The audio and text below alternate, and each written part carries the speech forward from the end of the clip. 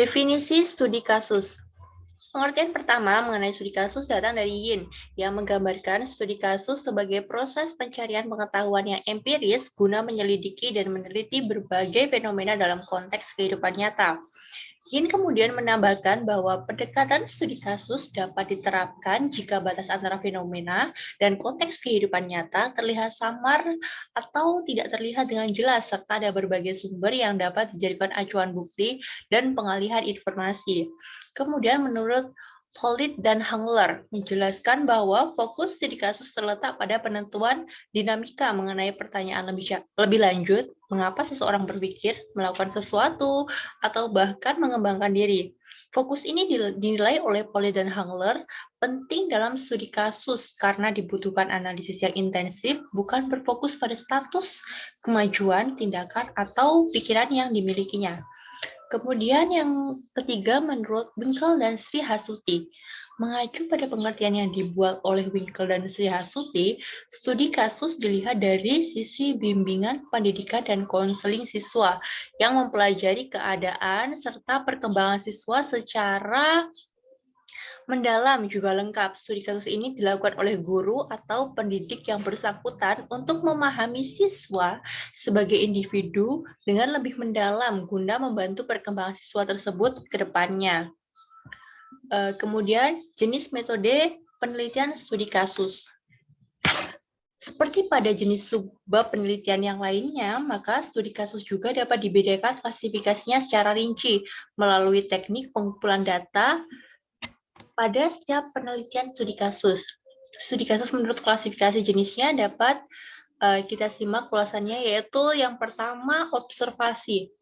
Observasi yaitu studi kasus observasi, maksudnya adalah suatu studi kasus yang memiliki teknik pengumpulan data melalui keterlibatan seorang peneliti. Peneliti harus terjun langsung di lapangan tempat penelitian studi kasus tersebut dilakukan. Apabila telah berada pada lokasi penelitian, maka wajib mengumpulkan data melalui jalur wawancara terhadap responden. Studi kasus semacam ini biasanya terdapat pada penelitian dengan mempergunakan metodologi penelitian kualitatif. Kemudian yang kedua yaitu sejarah hidup. Studi kasus sejarah hidup disebut juga dengan studi kasus biografi. Studi kasus sejarah hidup memiliki subjek dan objek penelitian adalah seorang tokoh yang berjasa dalam bidang apapun. Pengumpulan data studi kasus sejarah hidup adalah mewawancarai sejumlah orang yang ada hubungannya dengan seorang subjek dari penelitian studi sejarah hidup. Kemudian yang ketiga, kemasyarakatan. Studi kasus kemasyarakatan memiliki arti bahwa studi kasus jenis ini memiliki pusat penelitian pada suatu wilayah yang didiami sekelompok penduduk.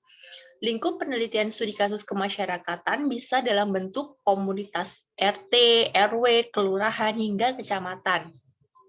Yang keempat yaitu analisis situasi. Studi kasus analisis situasi ini mengandung arti bahwa penelitian studi kasus yang dilakukan untuk memperoleh kebenaran pada setiap praduga yang sedang hangat diperbincangkan oleh masyarakat luas. Perihal ini biasanya menjadi judul penelitian yang up to date untuk mahasiswa lakukan. Yang ketiga yaitu mikroetnografi. Studi kasus mikro dalam penelitian etnografi adalah studi kasus yang mengkaji tentang kebiasaan suatu bentuk kelompok kecil. Seperti pada arti mikro yang berarti kecil, etno yang berarti kebiasaan, dan grafi yang berarti penulisan. Baik, selanjutnya saya akan menjelaskan tentang manfaat penelitian studi kasus, yang dimana ada beberapa keunggulan ataupun manfaat dari penelitian studi kasus ini. Yang pertama yaitu studi kasusnya bersifat komprehensif, yang dimana studi kasus ini memungkinkan tinjauan menyeluruh. Nah, seorang peneliti dapat menggunakan berbagai alat yang tidak akan dia terapkan ketika menggunakan teknik penelitian yang berdiri sendiri. Nah, ini memungkinkan dalam mengembangkan pemahaman dalam tentang topik dan membangun platform yang kredibel untuk menyelidiki faktor-faktor yang mempengaruhi studi kasus secara terperinci seperti itu. Lalu yang kedua itu mampu mengurangi bias, yang di mana dapat diartikan untuk peneliti studi kasus ini memberi ruang bagi keragaman perspektif sebagai lawan ketika seseorang menggunakan satu pandangan secara yang kita dapatkan dengan tentunya dengan respon survei ataupun wawancara seperti itu. Nah, tentu saja hal ini menghilangkan kemungkinan dispotensial dengan memberikan kesempatan untuk mendapatkan pemahaman yang lebih besar tentang subjek yang sedang diselidiki. Nah, yang ketiga yaitu dapat dilakukan dari jarak jauh.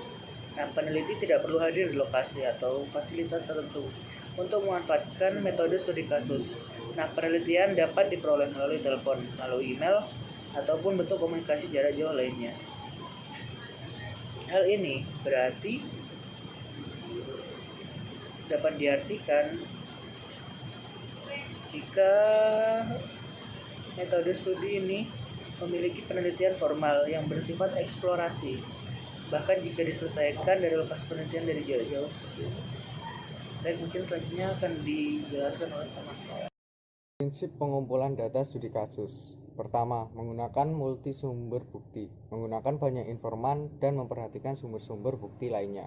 Yang kedua, menciptakan data dasar studi kasus, mengorganisir dan mengkoordinasikan data yang telah terkumpul.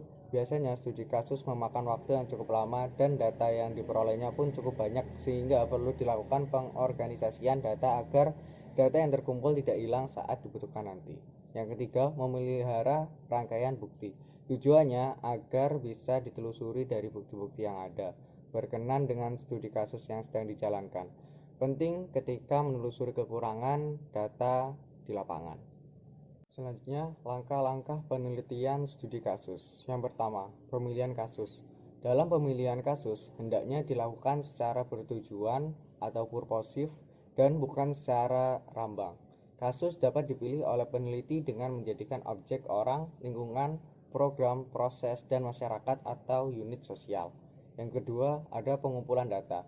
Terdapat beberapa teknik dalam pengumpulan data, tetapi yang lebih dipakai dalam penelitian kasus adalah observasi, wawancara, dan analisis dokumentasi. Yang ketiga, analisis data. Setelah semua data terkumpul, peneliti dapat mulai mengagregasi, mengorganisasi, dan mengklasifikasikan data menjadi unit-unit yang dapat dikelola. Agregasi merupakan proses mengabstraksi hal-hal khusus menjadi hal-hal umum guna menemukan pola umum data. Yang keempat, perbaikan. Dalam pendekatan studi kasus, hendaknya dilakukan penyempurnaan atau penguatan reinforcement data baru terhadap kategori yang telah ditemukan. Yang terakhir, penulisan laporan. Laporan hendaknya ditulis secara komunikatif, mudah dibaca, dan mendeskripsikan suatu gejala atau kesatuan sosial secara jelas, sehingga mempermudah pembaca untuk memahami seluruh informasi penting. Selanjutnya, saya akan menjelaskan mengenai penelitian studi kasus secara umum.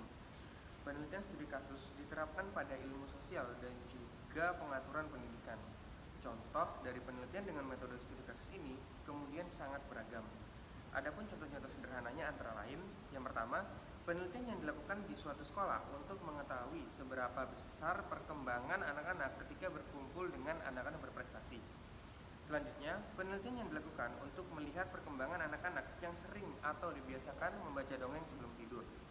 Selanjutnya, penelitian yang dilakukan di suatu daerah untuk mengetahui bagaimana perkembangan kesehatan masyarakat pasca erupsi gunung di dekat daerah tersebut. Beberapa penelitian ini sendiri condong kepada penelitian terhadap masalah psikologis atau karakter suatu individu maupun organisasi dan kelompok. Selain itu, untuk mendapatkan hasil penelitian yang akurat, peneliti kemudian tidak hanya fokus pada subjek atau kasus yang diangkat menjadi topik penelitian saja, melainkan juga menilai dan mempelajari bagaimana aspek yang menyertai dan melingkupi kasus atau subjek dan objek penelitian tadi.